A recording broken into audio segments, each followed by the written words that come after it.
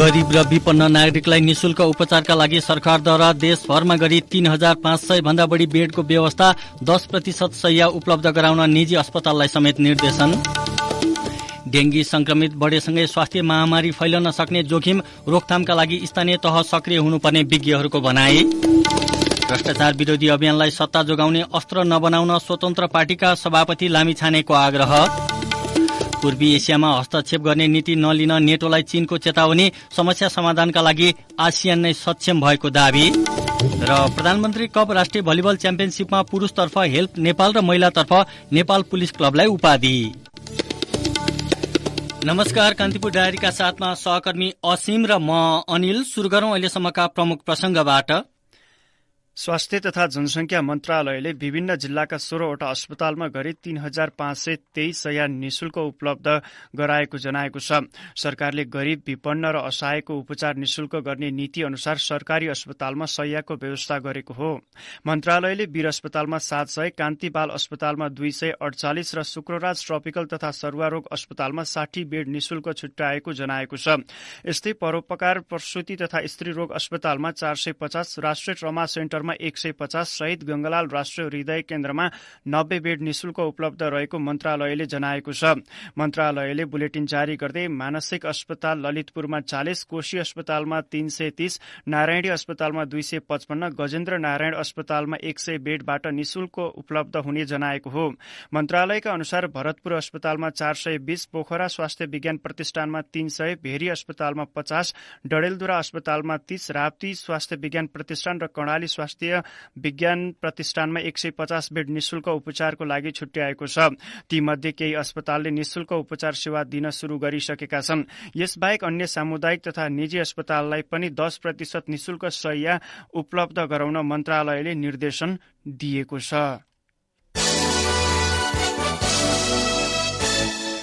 कान्तिपुर डायरीमा अब कान्तिपुर सविस्तारको पालो। कान्तिपुर सविस्तार।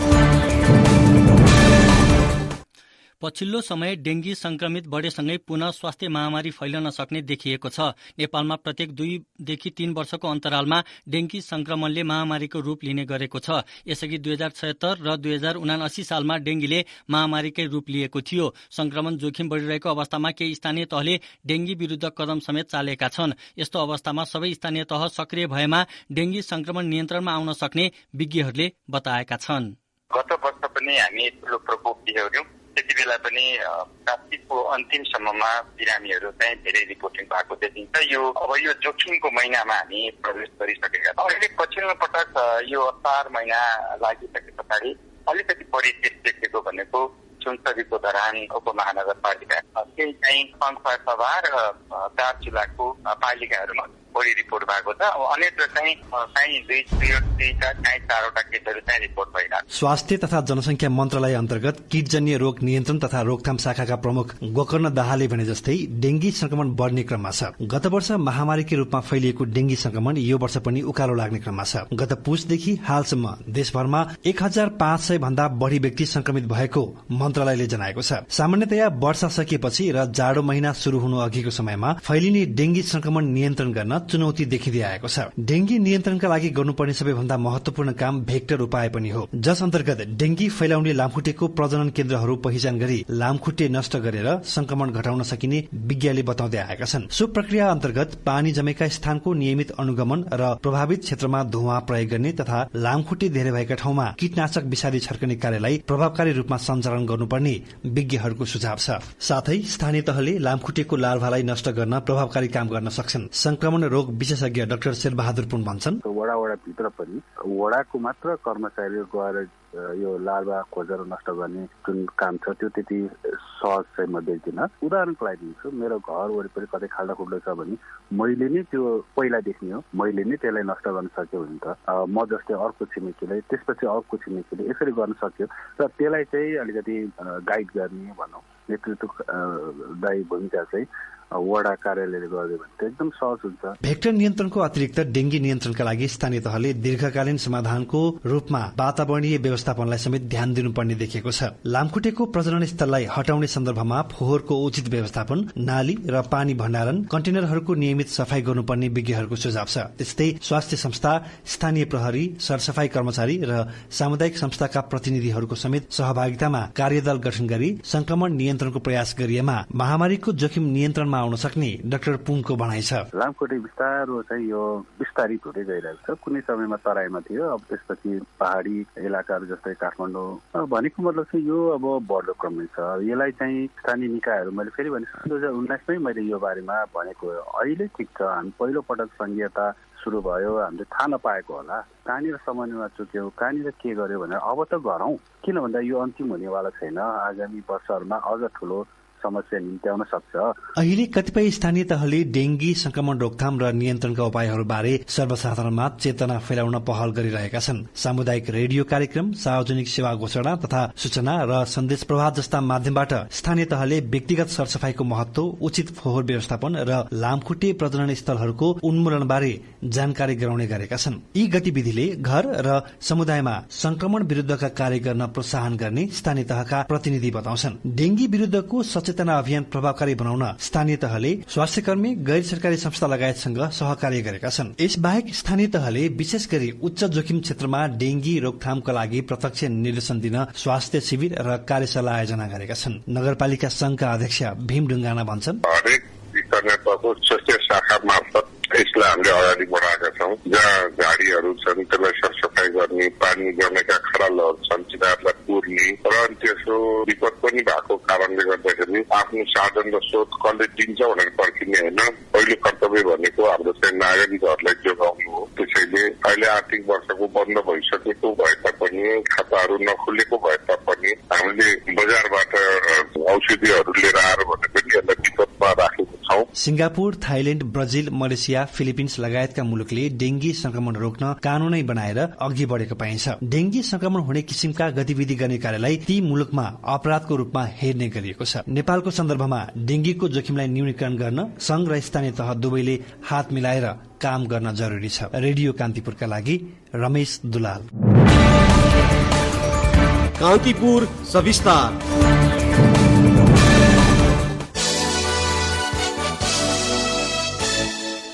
मुलुकको पूर्वी क्षेत्रमा पहिरो तथा बाढ़ीका कारण 1 महिनादेखि अवरुद्ध यातायात सेवा अझै सञ्चालनमा आउन सकेको छैन।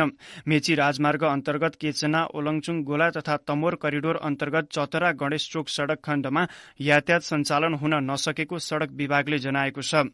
केचना, ओलङचुङ, गोला अन्तर्गत पाँचथरको हेवा खोला सड़क खण्डमा पहिरो खस्दा यातायात अवरुद्ध बनेको हो। त्यस्तै पाँचथरको माझीटार सड़क खण्डमा पनि पहिरो खसेपछि यातायात अवरुद्ध भएको छ। गत 3 गते आएको बाढ़ीले सो क्षेत्रमा पुल समेत बगाएपछि यातायात अवरुद्ध बनेको सड़क विभागका प्रवक्ता रामरी पोखरेलले बताउनुभयो। पुल बगाएको स्थानमा बनाएको डाइभर्सन समेत बाढ़ीले बगाएपछि यातायात सेवा अवरुद्ध बनेको हो। सो स्थानमा बनिरहेको नयाँ पुल केही दिनमा प्रयोगमा ल्याइने तयारी भएको प्रवक्ता पोखरेलको भनाइ छ।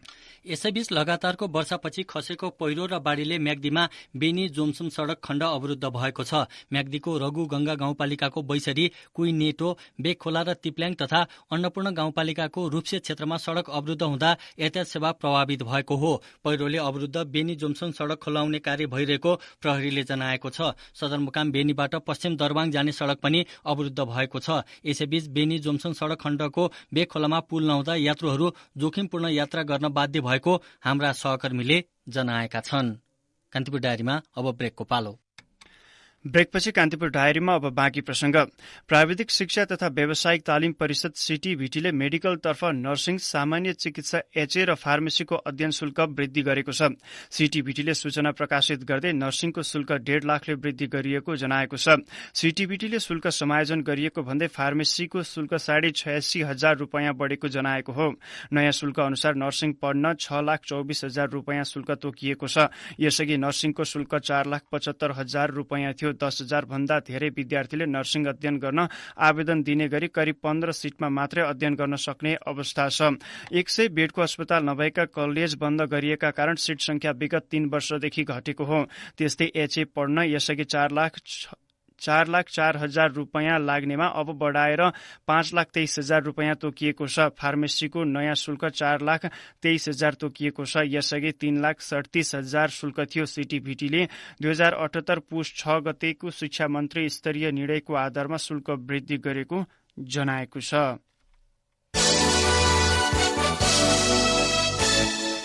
राष्ट्रिय स्वतन्त्र पार्टीका सभापति रवि लामिछानेले भ्रष्टाचार विरोधी अभियानलाई सत्ता जोगाउने अस्त्र मात्र नबनाउन आग्रह गर्नुभएको छ। सरकारले भ्रष्टाचार सम्बन्धी फाइल खोल्नु स्वागत योग्य भए पनि त्यसलाई निष्कर्षमा पुर्याउनु पर्ने उहाँको भनाइ छ। काठमाडौँमा आज आयोजित पार्टी कार्यक्रममा लामिछानेले भन्नुभयो, सरकारले भ्रष्टाचार विरोधी फाइल खोल्ने काम सुरुवात गरेको छ। त्यो फाइल चलाउनु र फाइल खोल्नु अलग कुरा हो। चलाएको मात्र हो भने खबरदार, खोलेको हो भने स्याबास। हामी पनि छौं। एकलाई समाउनु, कसैलाई नछोड्नु, कसैलाई पनि नछोड्नु।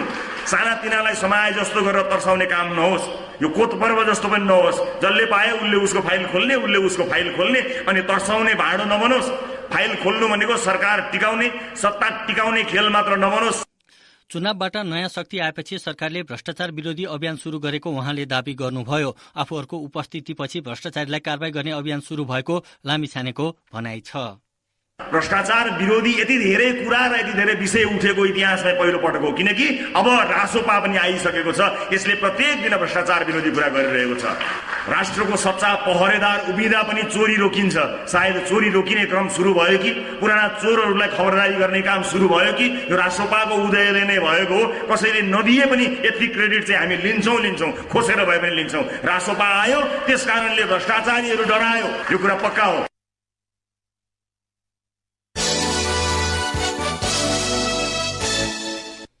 समसामयिक राष्ट्रिय राजनीति एवं पार्टीको सांगठनिक संरचनाबारे छलफल गर्न नेकपा एमालेको सचिवालय बैठक बसिरहेको छ।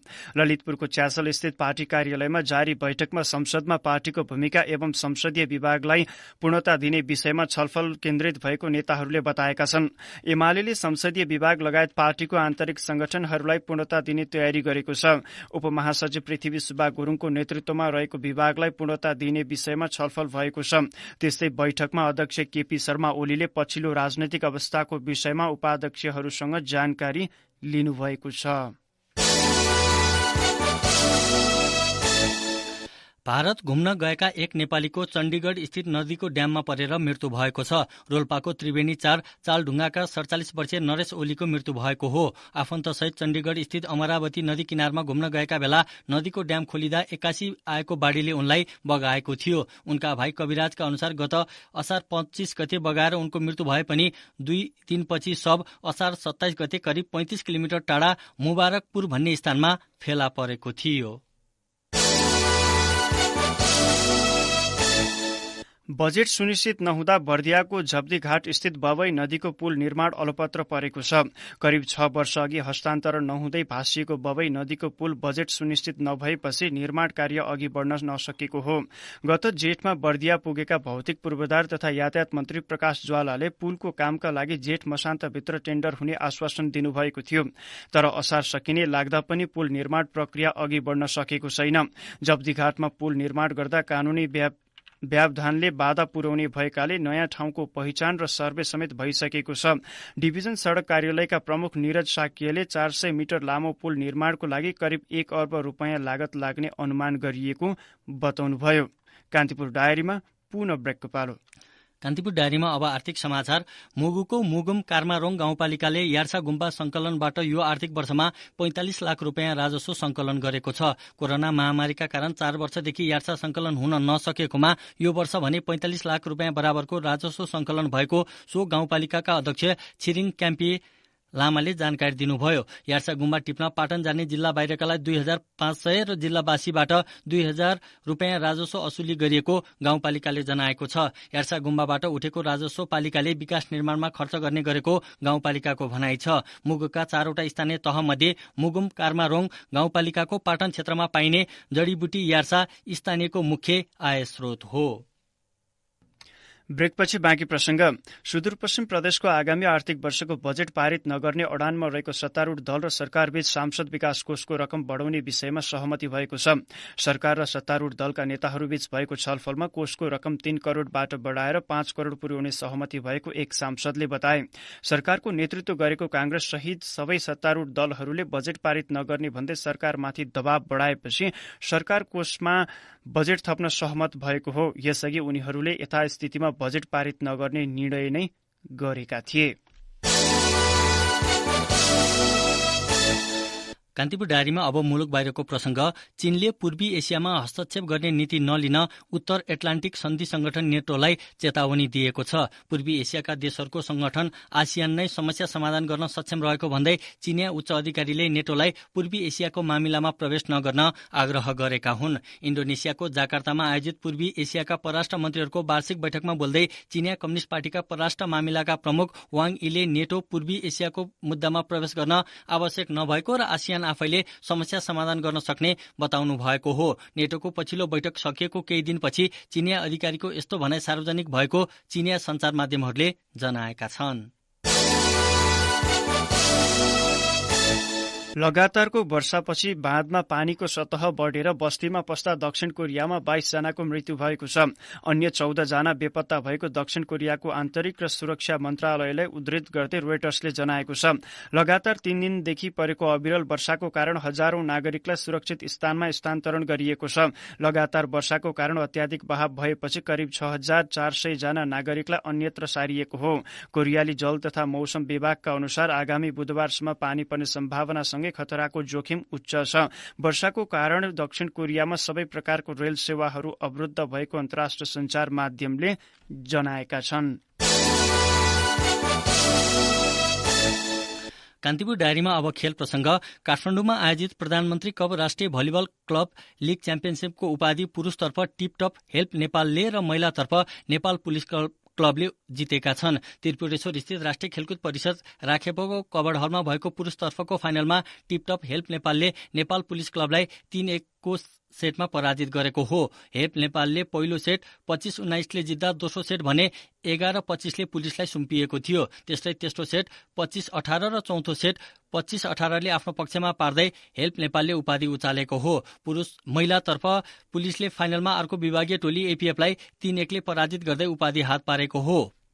पुलिसले पहिलो सेट 25-12 ले जितेकोमा दोस्रो सेट भने 21-25 ले एपीएफलाई सुम्पिएको थियो। त्यस्तै पुलिसले तेस्रो सेट 25-23 र चौथो सेट 25-19 ले जित्दै उपाधि हात पारेको हो। महिलातर्फ नेपाल पुलिसकी Usha Bhandari player of the match घोषित भइन्। श्रीलंकामा जारी ACC men's emerging teams Asia cup क्रिकेटको समूह ए अन्तर्गत खेलमा बंगलादेश ए र अफगानिस्तान ए विजयी भएका छन्। बंगलादेश एले ओमान एलाई 8 विकेटले पराजित गर्दा अफगानिस्तान एले घरेलु टोली श्रीलंका ए माथि 11 रनको जित दर्ता गरेको हो। बंगलादेशले टस जितेर फिल्डिङ रोजेपछि ब्याटिङ गरेको ओमानले दिएको 127 रनको विजयी लक्ष्य बंगलादेशी टोलीले 16.3 ओभरमा 2 विकेटको क्षतिमा पूरा गरेको हो। त्यस्तै अफगानिस्तानी टिमले दिएको 253 रनको लक्ष्य पछ्याउने क्रममा 39औं ओभरमा श्रीलंका 241 रनमा रोकिएपछि अफगानिस्तान विजयी भएको हो। जाँदै मुख्य समाचार फेरि एकपटक। गरीब र विपन्न नागरिकलाई निशुल्क उपचारका लागि सरकारद्वारा देशभरमा गरी 3500 भन्दा बढी बेडको व्यवस्था, 10% शैय्या उपलब्ध गराउन निजी अस्पताललाई समेत निर्देशन। डेंगी संक्रमित बढेसँगै स्वास्थ्य महामारी फैलन सक्ने जोखिम, रोकथामका लागि स्थानीय तह सक्रिय हुनुपर्ने विज्ञहरूको भनाई। भ्रष्टाचार विरोधी अभियानलाई सत्ता जोगाउने अस्त्र नबनाउन स्वतन्त्र पार्टीका सभापति लामिछानेको आग्रह। पूर्वी एसियामा हस्तक्षेप गर्ने नीति नलिन नेटोलाई चीनको चेतावनी, समस्या समाधानका लागि आसियान नै सक्षम भएको दावी। र प्रधानमन्त्री कप राष्ट्रिय भलिबल च्याम्पियनशिपमा पुरुषतर्फ हेल्प नेपाल र महिलातर्फ नेपाल पुलिस क्लबलाई उपाधि। अवस्थ बेलुकी 8 बजे सेक्युरिटी एन्ड क्राइम डायरीका साथमा आउने नै छौं। तबसम्मका लागि सहकर्मी असीम र म अनिल आज्ञा माग्छौं। नमस्ते।